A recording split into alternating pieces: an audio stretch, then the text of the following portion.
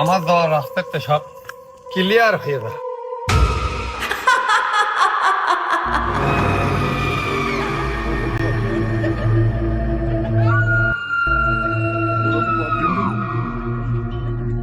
দুর্বল হলে চলবে না, মনের ভুল মনে হয় শুষ্য দৌড় মেরেছে, শুষ্যই হবে। ভূত পেতনি বড় সাদারা আমার আচার মাখিয়ে খা।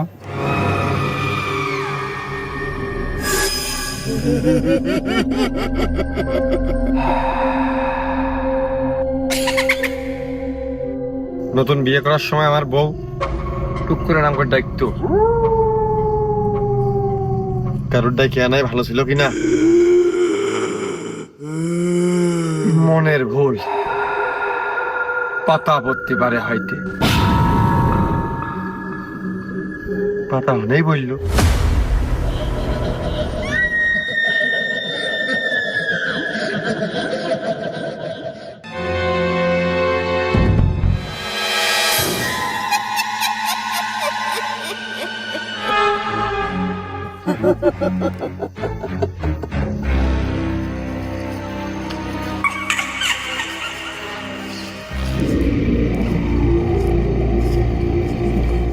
দামের মধ্যে মোটেই ভালো ঠেকতেছ না।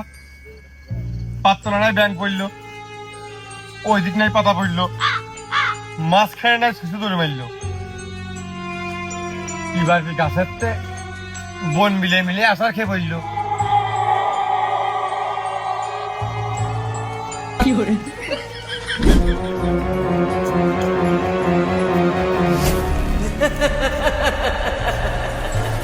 ওরে মারে মা, ওর কপাল ঠাপিয়ে ইয়ে শালার পাগল হেনে কে বাগান যাইসকে মোটেই ভালো ঠেকতেছ না।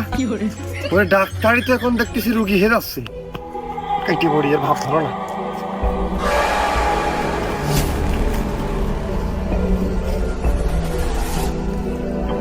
অমিয়া ভাই, তোমার তো চিনলাম না, ভালো আছো?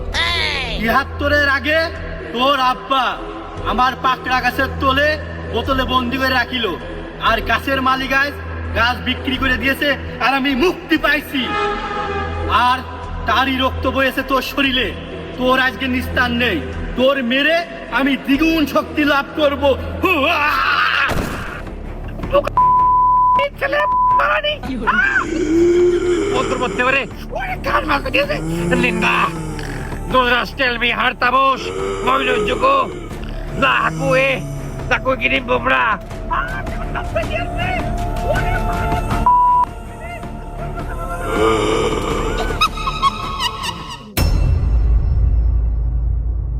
ভাই, আর একটুকুনি খেলা করলে আপনার সে টাকা নিয়ে আসবেন, সে টাকা না লাগতো। আপনার টাকা শেষ হয়ে যাইতে বাগানে খেলা করতে আসতো। বংশের দোষ, বংশ আসলে ভালো না, তুই টাকা থাকতে যায় না। বংশের রেওয়াজ, টাকা না থাকা। ঠিকই কয়েছেন।